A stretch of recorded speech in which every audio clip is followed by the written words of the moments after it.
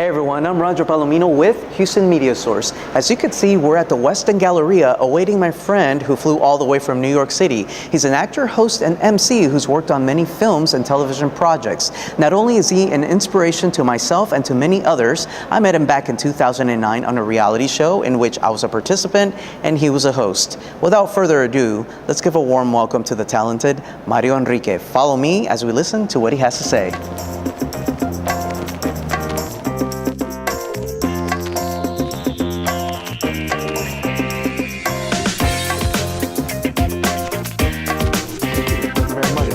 Awesome words that not everyone gets to hear, so thank you very much for sharing that with me. No problem. So what brings you to Houston?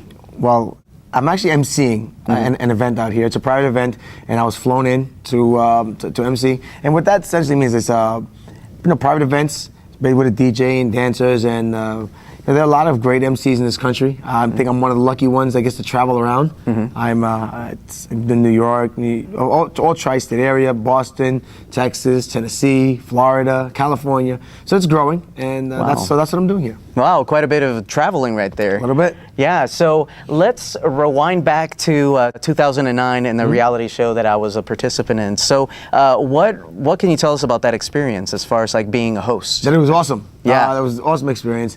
What can I say about it? For me, it was a lot of life lesson there. I guess, life and business. The show was a success, and then business happened. The company that owned the show, I guess things didn't go well for them, and then the show was gone. Goodbye. And then you got to go back to the drawing board. So such is the entertainment career. Yes. But thank God there's always been emceeing for me. So I've been able to continue to MC and travel. And so that's it, just looking out for the next gig. Right, absolutely. And that's one thing I notice in this industry too, is that there's a lot of changes. If something happens, that leads you to another event. So tell us what happened next after that. Thank you very much. I forgot about that actually, but that's a good segue. So what I did was I took what I earned on that show, and thank God I didn't spend it. I was just holding on to it, like, what's next? And when I saw that I did not get another season, I said, well, that didn't feel good. I need to, my fate was left in somebody else's hands. So I decided to start a business, and it's been awesome. And so I have an eye care business. So now I'm all about frames and lenses. Very sharp. Yes, I like yours a lot. They're really good. They're good looking, and that's where my focus is at. I'm building a business, and while I can still MC, because as I'm not working in the business, I'm working on the business. And it still allows me for time to audition and fulfill that side, I guess my artistic side. Right. And at the same time, I'm working on the business end, and life is good. So after all that you experience with the changes and taking one path and then leads you to another, what advice would you give everyone, our viewers, on that? If they're on that same path and maybe they're at that reaching point where they say, oh, everything's changed now, what do I do? I would say the advice I would give is just to focus. Focus on something. When I was hosting, I was all about this. Focus on that. Okay. And then I realized that, oh, wait a minute, this is it's not there for me. So I have to focus on something else so that I can have that. You know what I mean? So I guess I say focus. My big focus is I want to be able to have my show, and then also, not have to worry about somebody else funding it.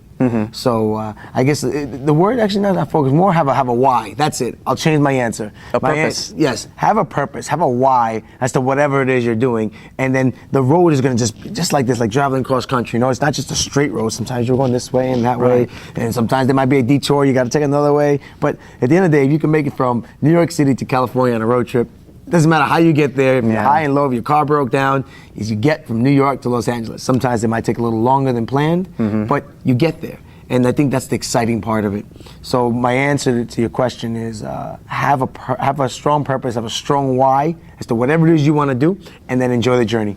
Because stuff will happen, and the unexpected will happen. Yeah, absolutely. And so as far as like doing that and going through all those different changes, tell us a little bit about the eye care business. Like what is it that you enjoy the most about it, or what led you to that? Well, the thing I enjoy most about it is helping people see better. I've been wearing glasses since I was 9 years old. For a long time I wore contacts, and once I got into eye care business, I said, oh, wow, look at all these awesome frames. So now I have different kind of frames. I've got frames for the summertime, wintertime, spring and fall. I got frames that I wear to the gym, and frames that I wear when I have like a funky look. So I love that. I feel like it's not only am I helping people like dress up and it's like decorate their face. This is like jewelry for the face. I also get to talk about the materials, what's best for someone's lifestyle. And being a person who's worn glasses his whole life, I feel like I can associate with and connect with the patients. And every day I get that feeling that I'm helping somebody out. And that's an awesome feeling. So I think I like that the most. That every day, you know, that my business is helping people, and I can. And what's cool about it is I can jump in there to help out if I want, or you know, I just work on the business on the outside of it, and I can watch the team that I'm building, you know, have a positive impact on somebody's life. That's great. I've got right now. It's great because I've got both ends of it. I can either jump in there and help somebody out, or I can step back and watch the team make it happen. And both those, they feel great in different ways. So again, like I said, I just think I'm a very blessed man. You are, because your creative juices actually are still being used, but for something else, and that's great because you can tie everything together and work with people in the industry. Yep. And then to like spice things up, I get to fly around and to MC an event. Yeah, and you get to do everything that you love to do.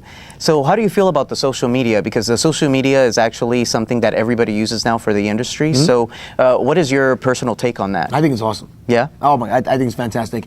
But like anything else, it's got to be controlled. I think it was Saint Benedict who said this quote, everything in moderation, nothing to the extreme.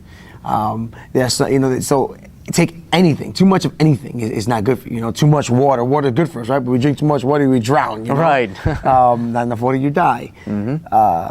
So I just think that social media is awesome. It almost levels the playing field. You know, because a person from, let's think. Galleria here in Houston, in this area, can come out and be an international superstar by posting a video on YouTube, or this day and age, like, oh, they've got a great Vine, or a video on Instagram, something that goes viral, and all of a sudden, you know, you have more access to people than ever before, and you didn't need a television network, you didn't need a 3-picture deal, and on the other side, as on a personal note, you can connect with friends. You know, people that you might not see every day, but you like, and or old friends. And and the cool thing is, if you don't want to connect with them, guess what? You just don't accept their friendship. Right. That's easy. Now, I always hear people say, "Oh, you know, I don't want to know about all these people I've seen in high school. If I didn't want to know them, you know, like if I didn't reach out to them, then why do I want to see them on Facebook?" And my answer is like, "Well, just don't friend them. Don't be on Facebook." Yeah. Don't be on Facebook. Oh, but you can also limit who you get news feeds from. You know. Right. You know, there've been some people I know might like them. I just don't like the stuff that they post. Right. You know, so I just, okay, that person's not my friend on Facebook. Yeah. I mean, there's always going to be free speech, but, you know, there's a way you can filter it out, and that way you don't have to see it. I think a big thing with social media right now is with athletes, college athletes. I think it's tough for them because they instantly want to, they have all this fame for a little while, and, you know, and then they start listening to what people say about them, and you know, maybe they're just not mature enough to understand what it's like to be in the public eye and to learn that, hey, guess what? You don't read that stuff, because that could be somebody in their basement just looking to get a rise out of you, or they want to be famous by picking on you. Right. You know what I mean? So they'll just say something just to get a rise out of you. Maybe they'll get on ESPN, or maybe they'll start talking about them on on sports radio, or maybe they'll get a lot of likes or hits on their post. You know, everybody wants to feel special, and maybe that's how some people do it. Exactly, and you serve as an inspiration to a lot of people, I'm sure. So who inspired you actually into doing what you do now and everything that you've done thus far? Inspired me as far as emceeing? Emceeing and hosting and doing things with television. Man, that's a great question, because I've never thought about who inspired me. Who do I respect people like you guys have to go back to this does sound weird, but Don Francisco. Yeah, you know? He's excellent. He's excellent. I remember seeing him as a kid, you know, when my grandparents' house was watching him, and he's just entertained.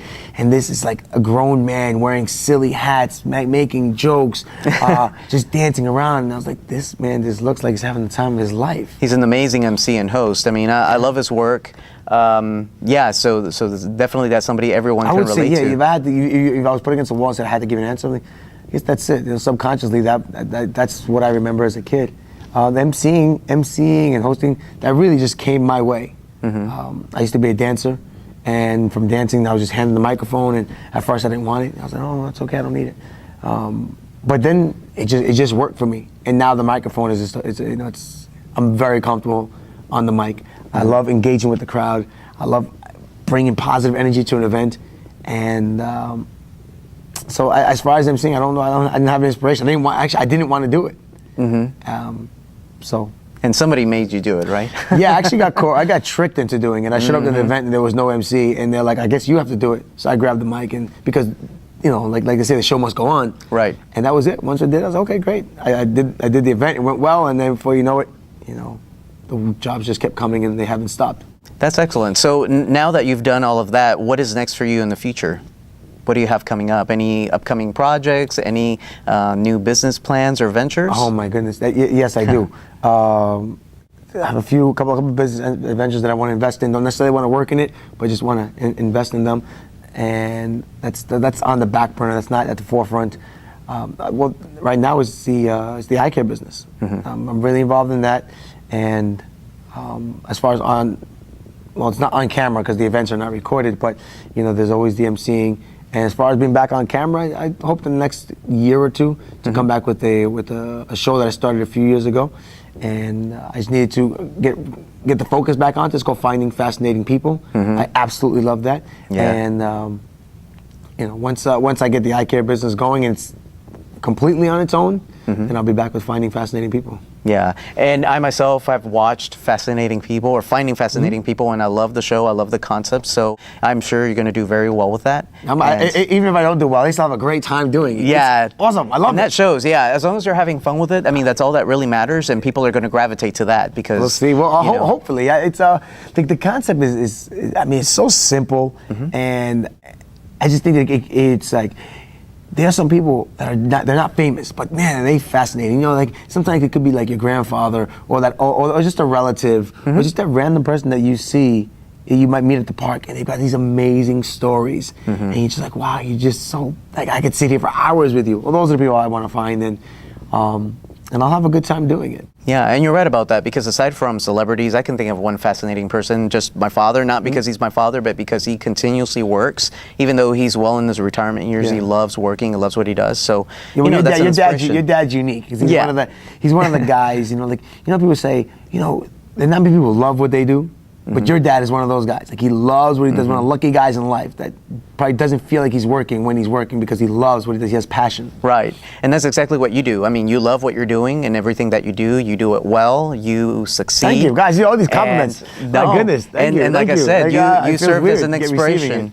You serve as a deep inspiration. I don't think I would be here if it hadn't been for just watching you, observing you, everything that makes you unique, because each of us have our own angle, our own energy. And so, you're there's a team. I always say, if I didn't say this right now, I'd be mad if I saw the interview and it was like, oh, I didn't say that. There's a team. We met on that show. There's a lot of people that put that together. As you know, now you're working, you see things that just, no man is an island. Right. So I'm happy I was able to be a small part of that. And now you're doing your thing, and it's exciting. Yeah, it is. Well, you heard it from Mario Enrique, who's our guest today on Spotlight. Thank you very much for being with us. Fantastic. Oh, by the way, so we gotta talk about Twitter, Instagram, and Facebook. It's all the same name. It's Mr. Mario Enrique, and that's it. Maybe I'll see you out there on social media.